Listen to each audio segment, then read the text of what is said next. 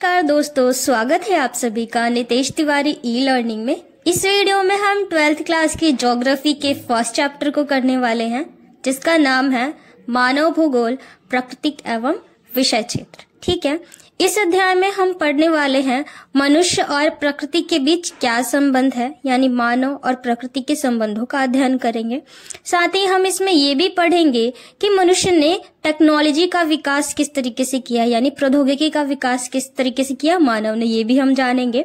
इस अध्याय में हम ये भी पढ़ेंगे कि मानव भूगोल का क्षेत्र क्या है और हम मानव भूगोल में क्या क्या पढ़ते हैं। ठीक है, हम इस चीज के बारे में भी जानेंगे। इससे पिछले कक्षा में जो पुस्तक आपने पढ़ी थी उसका नाम था भौतिक भूगोल के मूल सिद्धांत, और इस पुस्तक का नाम है मानव भूगोल के मूल सिद्धांत। डिफरेंस इसमें यही है, भौतिक भूगोल में आप पर्यावरण के बारे में पढ़ते हैं और मानव भूगोल में आप मानव के बारे में पढ़ते हैं। ठीक है, इसके बाद हमारा जो फर्स्ट टॉपिक जो स्टार्ट होता है उसका नाम है मानव भूगोल की परिभाषा, यानी कि हम सबसे पहले मानव भूगोल की परिभाषा से ही इस अध्याय का शुरुआत करेंगे। तो मानव भूगोल की परिभाषा कुछ इस प्रकार से दी गई है। मानव भूगोल मानव तथा प्रकृति के संबंधों का अध्ययन है। जब हम मानव भूगोल को पढ़ते हैं, अध्ययन करते हैं, तो मानव और प्रकृति के बीच में जो संबंध होता है उसका अध्ययन करते हैं, तो उसे ही क्या कहा जाता है, मानव भूगोल कहा जाता है। सिंपली है, याद करके रखना है आपको इस प्रकार से ही।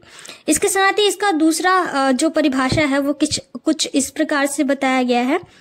मानव भूगोल अस्थिर पृथ्वी और क्रियाशील मानव के बीच संबंधों का अध्ययन है, यानी कि जो मानव भूगोल है वो अस्थिर पृथ्वी, जो कि पृथ्वी है, निरंतर गति करती रहती है, और क्रियाशील मानव, यानी जो मानव है वो किसी भी क्रिया को करने में सक्षम है, के बीच के संबंधों का अध्ययन है। ठीक है, तो ये कुछ इस प्रकार से दो परिभाषाएं दी गई हैं आपकी मानव भूगोल की। आपको एज इट इज सेम याद करके रखनी है, इसमें कुछ चेंज नहीं करना होता है, क्योंकि जो परिभाषा होती है उसमें कोई भी हम परिवर्तन नहीं ला सकते हैं। ठीक है, तो इसके बाद हम पढ़ने वाले हैं मानव भूगोल के क्षेत्र, यानी जो मानव भूगोल है उसके क्षेत्र क्या क्या है। तो सबसे पहले हम क्षेत्र की बात करें तो जो हमारा पहला क्षेत्र आता है वो है नगरीय भूगोल। सबसे पहले हम नगरीय भूगोल के बारे में पढ़ते हैं, जिसमें नगरों के बारे में बताया जाता है। दूसरे क्षेत्र की बात करें जनसंख्या भूगोल। जनसंख्या भूगोल में हम जनसंख्या का अध्ययन करते हैं। आर्थिक भूगोल में हम आर्थिक का अध्ययन करते हैं। राजनीतिक भूगोल, आवासीय भूगोल और सामाजिक भूगोल। इस प्रकार से ये आपके क्षेत्र दिए गए हैं मानव भूगोल के। आपको भी ये एज इट इज लर्न करके रखने हैं। मानव भूगोल, जनसंख्या भूगोल, आर्थिक भूगोल, राजनीतिक भूगोल, आवास भूगोल और सामाजिक भूगोल। ज्यादा मुश्किल नहीं है, जो हमारे दैनिक जीवन में प्रयोग होने वाले ये सारे नाम हैं, तो आप इन्हें आसानी से याद कर सकते हैं। इसके बाद हम मानव भूगोल के उप क्षेत्रों की बात करें। इससे पहले हमने क्षेत्र की बात की थी, अब हम मानव भूगोल के उप क्षेत्र की बात करते हैं। तो मानव भूगोल के जो उप क्षेत्र हैं कुछ इस प्रकार से हैं: संसाधन भूगोल, कृषि भूगोल, उद्योग भूगोल, व्यापार भूगोल, पर्यटन भूगोल। संसाधन भूगोल में हम संसाधनों का अध्ययन करते हैं, कृषि भूगोल में हम कृषि का अध्ययन करते हैं, उद्योग भूगोल में हम उद्योगों का अध्ययन करते हैं, व्यापार भूगोल में व्यापार का अध्ययन करते हैं, और पर्यटन भूगोल में पर्यटन का, यानी कि जो भी टूरिज्म, जिसको इंग्लिश में टूरिज्म कहा जाता है, उसका अध्ययन करते हैं। ठीक है, तो ये कुछ इस प्रकार से इसके उपक्षेत्र जो है वो दिए गए हैं। आपको भी ये same as it is learn करके रखने हैं। 1 मार्क्स में आपसे पूछा जा सकता है, कहीं पे भी पूछा जा सकता है आपसे। ठीक है, इसके बाद हम भौगोलिक विचारधाराओं की बात करें तो जो भौगोलिक विचारधाराएं हैं वो हमें क्या बताती हैं। ठीक है, तो जो भौगोलिक विचारधाराएं हैं उसको ना 2 भागों में विभाजित किया गया है, नियतिवाद और संभववाद। नियतिवाद की जब भी हम बात करते हैं तो इसमें प्रकृति के बारे में बताया जाता है, यानी प्रकृति से संबंधित चीजों को बताया जाता है कि मानव किस तरीके से प्रकृति पर निर्भरता है। ठीक है, लेकिन जब हम संभववाद की बात करते हैं, संभववाद में हमें बताया जाता है कि मानव जो है वो प्रकृति से कैसे ऊपर उठने लगा और उसने प्रकृति के साथ जीना सीख लिया। ठीक है, तो इसके बारे में ही हम जानेंगे। तो सबसे पहले हम भौगोलिक विचारधाराओं के बारे में जानते हैं। तो जो भौगोलिक विचारधाराएं होती है वो कुछ इस प्रकार से होती है। भूगोल में बहुत सारे वैज्ञानिक हुए हैं, भौगोलिक जो विचारक होते हैं बहुत सारे हुए हैं, और उन्होंने प्रकृति और मनुष्य के संबंधों के बारे में अपने अपने विचार प्रकट किए हैं। ठीक है, यानी कि जितने भी वैज्ञानिक हुए, भौगोलिक वैज्ञानिक हुए हैं, उन्होंने मानव और प्रकृति के बीच में जो भी संबंध है अपने अपने विचार प्रकट किए हैं। इन्हें ही भौगोलिक विचारधाराएं कहा जाता है। ठीक है, इजी है, नो रॉकेट साइंस। जितने भी भौगोलिक हुए हैं, भौगोलिक वैज्ञानिक हुए हैं, उन्होंने प्रकृति और मानव के बीच के संबंधों पर अपने अपने विचार रखे हैं। इसे ही भौगोलिक विचारधाराएं कहा जाता है। ठीक है, आपको ऐसे याद करके रखना है। इसके बाद हम जानते हैं कि जो भौगोलिक विचारधाराएं हैं उसको 3 भागों में विभाजित किया गया है। पहला नियतिवाद या निश्चयवाद विचारधारा, दूसरा संभववाद विचारधारा और तीसरा नवनिश्चयवाद विचारधारा। ठीक है, जब हम निश्चयवाद विचारधारा की बात करते हैं तो इसमें बताया गया है कि जो मानव है वो किस तरीके से प्रकृति पर निर्भर था। ठीक है, तो हम देखते हैं कि जो प्रारंभ में मानव था, आदिम अवस्था में था, उसने प्रकृति के अनुसार स्वयं को ढाल लिया था। यानी वो इतना आदिम था कि जैसे प्रकृति चाहती थी, उसको जीना सिखाती थी, वैसे ही वो जीता था, उससे परे उठने की कोशिश ही नहीं करता था। ठीक है, उस समय जो प्रौद्योगिकी थी वो उसका भी स्तर क्या था, निम्न था। प्रौद्योगिकी का स्तर भी निम्न था। मानव विकास भी बहुत कम था उस समय में। मानव प्रकृति की सुनता था, उसकी प्रचंडता से डरता था। ठीक है, मानव जो था प्रकृति से डरता था, प्रकृति की ही सुनता था, उसकी प्रचंडता से डरता था। प्रचंडता से डरना यानी कि उसकी पूजा करना, प्रचंडता से डरना। इट मीन्स जैसे सुनामी आ गए, भूकंप आ गए, भूस्खलन हो गया, तो जंगलों में आग लगना, इन सभी चीजों से क्या होता था, जो मानव था वो डर जाता था। इसलिए वो प्रकृति की प्रचंडता से डरता था। आपको ऐसे याद करके रखना है। संसाधनों के लिए मानव सीधा प्रकृति पर निर्भर रहता था। यानी जितने भी संसाधन है, खाना हो गया, कुछ भी हो गया, तो वो सीधे प्रकृति पर ही निर्भर रहता था कि जो प्रकृति से मिलेगा वही खाएंगे, उसी से ही अपना जीवन यापन करेंगे। ठीक है, इस अवस्था को पर्यावरणीय निश्चयवाद के नाम से भी जाना जाता है। इसके समर्थकों की बात करें, यानी कि जो इसके समर्थक विचारधाराएं थी, जिनकी विचारधाराएं इस चीज को समर्थन किया करती थी, उसमें सबसे महत्वपूर्ण नाम आता है रेडजेल का, रिटर का, हम्बोल्ट का।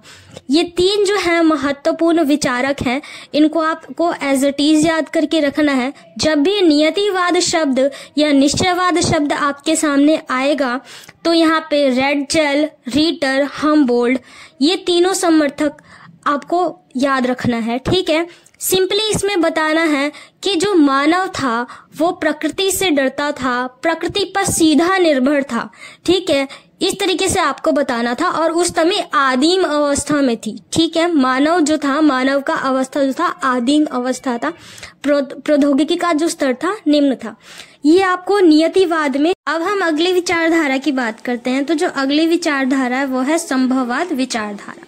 संभववाद विचारधारा में हम पढ़ते हैं कि समय के साथ साथ मनुष्य का विकास हो गया। यानी कि जैसे जैसे समय बीता मनुष्य ने क्या किया, अपना विकास कर लिया।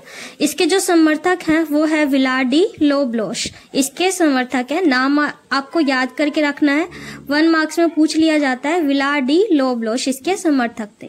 ठीक है, अब क्या था, अब प्रकृति से डरता नहीं था मानव। यानी जो मानव था अब प्रकृति से डरता नहीं था।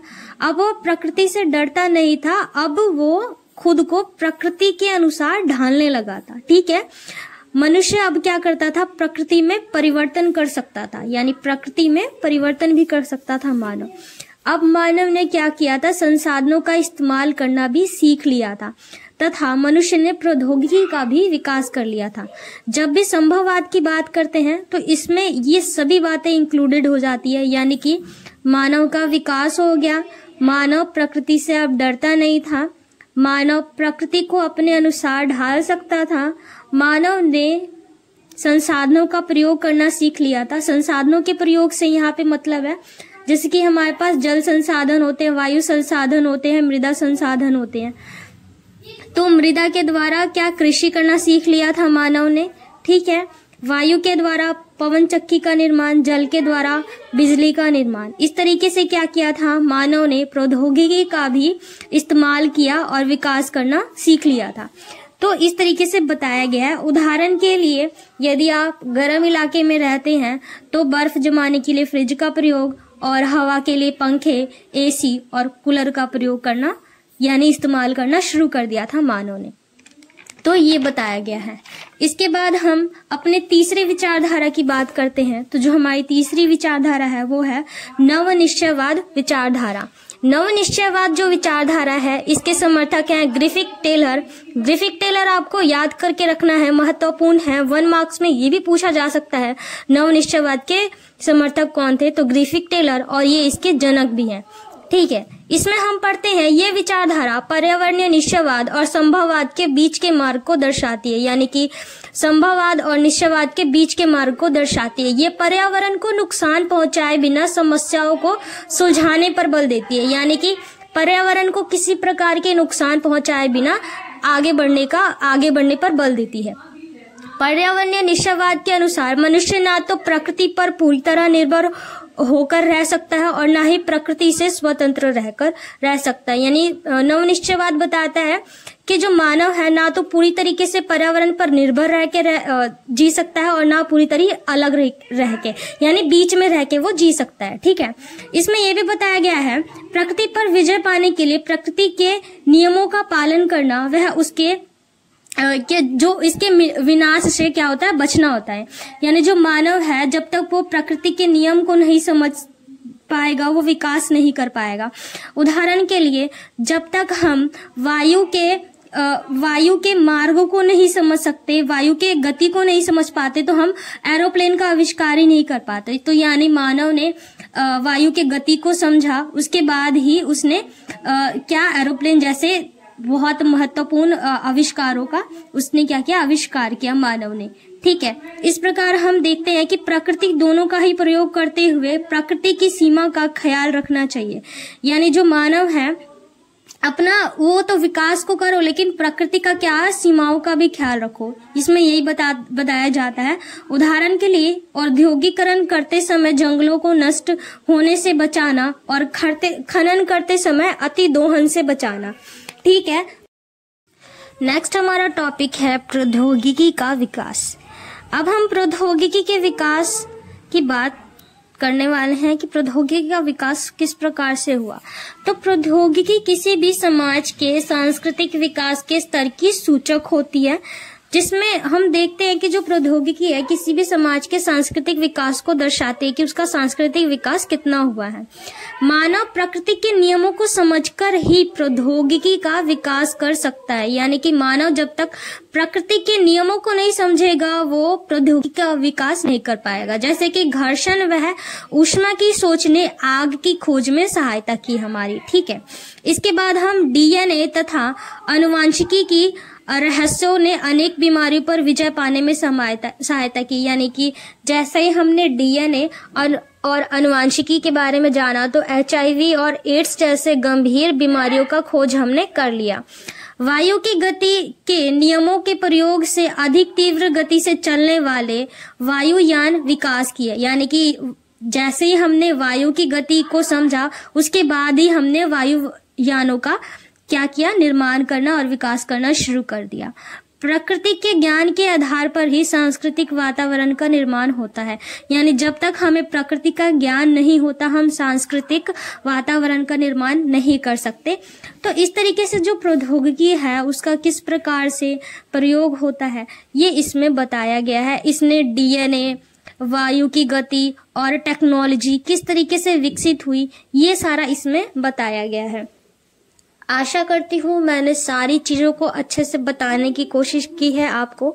अगर आपको कहीं पे भी कुछ भी डिफिकल्टीज आती है, कुछ समझने में इशू आती है तो आप मुझे कमेंट करके बता सकते हैं। मैं आपका आंसर जरूर दूंगी। जय हिंद, जय भारत।